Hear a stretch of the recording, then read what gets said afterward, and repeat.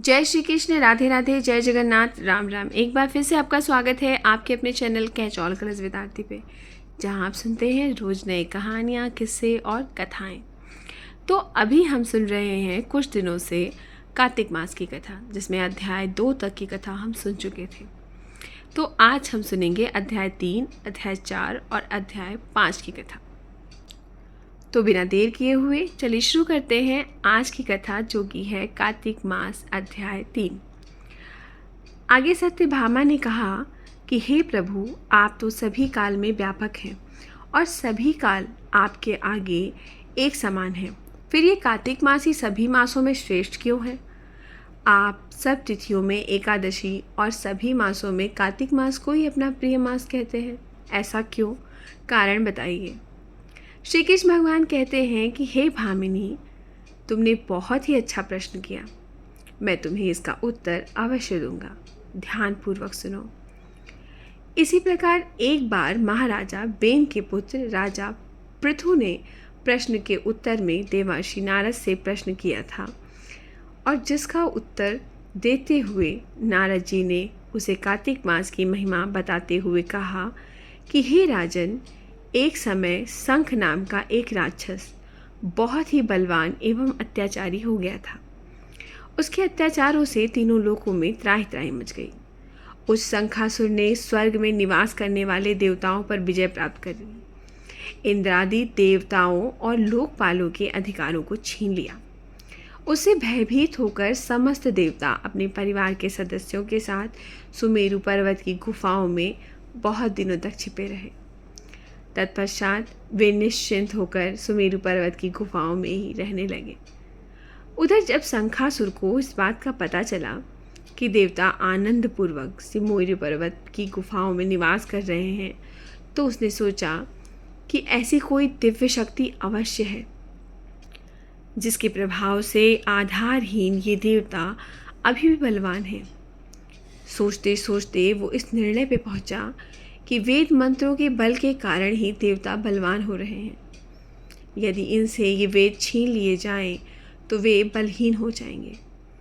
ऐसा विचार कर शंखासुर ने ब्रह्मा जी के सत्यलोक से शीघ्र ही वेदों को हर लिया।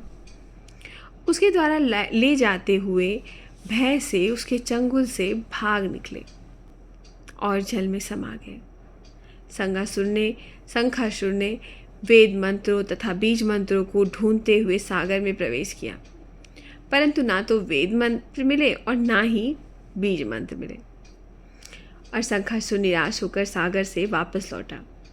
तो उसी समय ब्रह्मा जी पूजा की सामग्री लेकर सभी देवताओं के साथ भगवान विष्णु की शरण में पहुंचे। भगवान को गहरी नींद से जगाने के लिए गाने बजाने लगे और धूप गंध आदि से बारंबार उनकी पूजन करने लगे।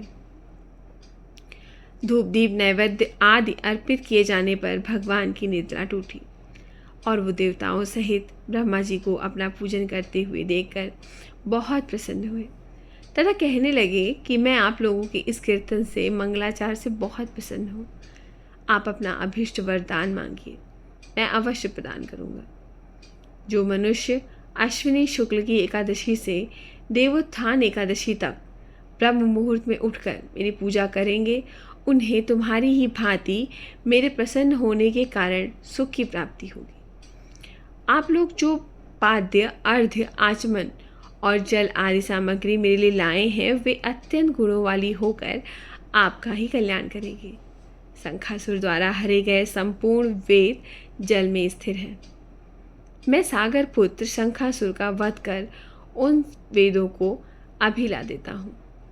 आज से मंत्र, बीज और वेदों सहित मैं प्रतिवर्ष कार्तिक मास में जल में विश्राम किया करूँगा।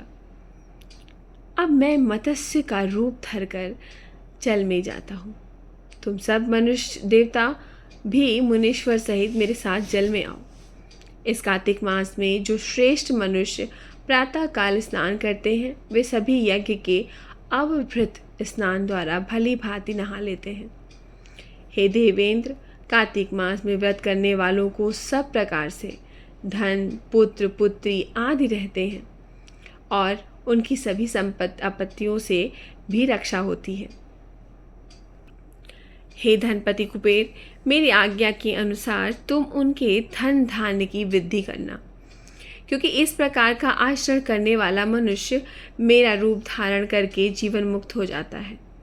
जो मनुष्य जन्म से लेकर मृत्यु पर्यंत तक विधिपूर्वक इस व्रत का, उत्तम व्रत का पालन करता है वो आप लोगों को भी पूजनीय है। कार्तिक शुक्ल पक्ष की एकादशी को तुम लोगों ने मुझे जगाया है, इसलिए तिथि मेरे लिए अत्यंत प्रीतिदायिनी और माननीय है। हे देवताओं, यह दोनों व्रत नियम पूर्वक करने से मनुष्य मेरे सानिध्य प्राप्त कर लेता है। इन व्रतों को करने से जो फल मिलते हैं वो अन्य किसी व्रत से नहीं मिलते। अतः प्रत्येक मनुष्य को सुखी और निरोग रहने के लिए कार्तिक महात्म और कथा एकादशी की सुनते हुए उपयुक्त नियमों का पालन करना चाहिए। नारद जी ने कहा कि ऐसा कहकर विष्णु भगवान ने मछली का रूप धारण करके आकाश से जल में गिर गए। अब आप सुन रहे हैं अध्याय 4, कार्तिक मास कथा की अध्याय 4।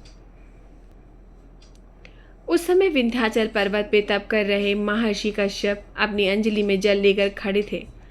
भगवान उनकी अंजलि में जा गिरे। महर्षि कश्यप ने दया करके उसे अपने कमंडल में रख लिया। मछली का थोड़ा बड़ा होने पर महर्षि कश्यप ने उसे कुएं में डाल दिया। जब वह मछली कुएं में भी ना समा सकी तो उन्होंने उसे तालाब में डाल दिया। जब वह तालाब में भी ना आ सकी तो उन्होंने उसे समुद्र में डाल दिया। वह मछली वहाँ भी बढ़ने लगी। फिर मत्स्य रूपी भगवान विष्णु ने इस शंखासुर का वध किया और शंखासुर को हाथ में लेकर बद्री वन में आ गए। वहाँ उन्होंने संपूर्ण ऋषियों को बुलाकर इस तरह आदेश दिया, मुनीश्वर, तुम जल के भीतर बिखरे हुए वेद मंत्रों की खोज करो और जितनी जल्दी हो सके उन्हें सागर के जल से बाहर निकाल लाओ। तब तक मैं देवताओं के साथ प्रयाग में ठहरता हूँ। तब उन तपोबल संपन्न महर्षियों ने यज्ञ और बीज सहित संपूर्ण वेद मंत्रों का उच्चारण किया।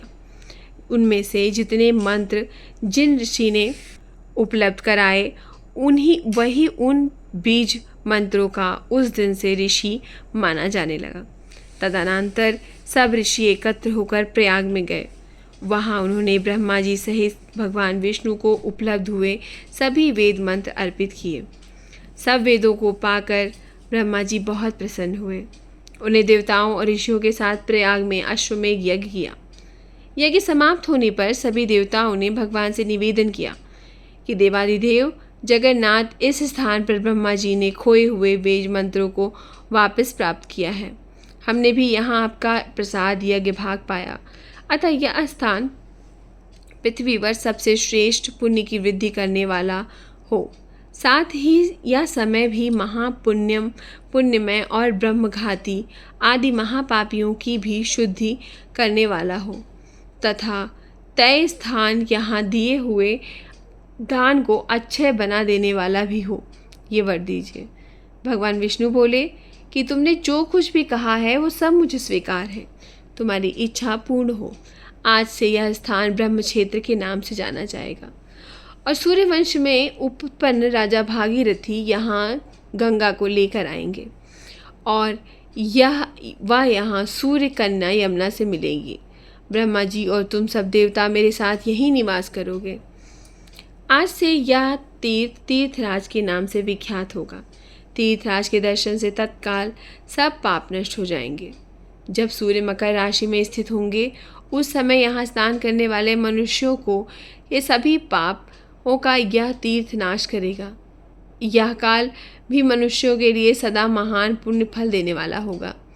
माघ में सूर्य के मकर राशि में स्थित होने पर यहाँ स्नान करने से साल लोक के आदि फल प्राप्त होंगे। देवाधिदेव भगवान विष्णु वो देवताओं से ऐसा कहकर ब्रह्मा जी के साथ वहीं अंतर ध्यान हो गए। तत्पश्चात इंद्रादि देव सभी अपने अंश से प्रयाग में रहते हुए वहाँ से अंतर्धान हो गए। जो भी मनुष्य कार्तिक में तुलसी जी के जड़ के समीप श्रीहरि की पूजा करता है वो इस लोक में संपूर्ण भोगों का उपभोग कर अंत में वैकुंठ धाम को जाता है। ये थी आज की अध्याय 3 और अध्याय 4 की कथा। अध्याय 5 और 6 की कथा लेकर हम आपसे कल मिलेंगे, क्योंकि आज का वीडियो थोड़ा सा लंबा जा रहा है।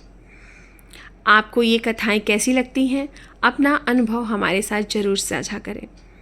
फिर मिलेंगे ऐसी ही किसी कथा, कहानी और किस्सों के साथ। तब तक के लिए जय श्री कृष्ण, राधे राधे, जय जगन्नाथ, राम राम।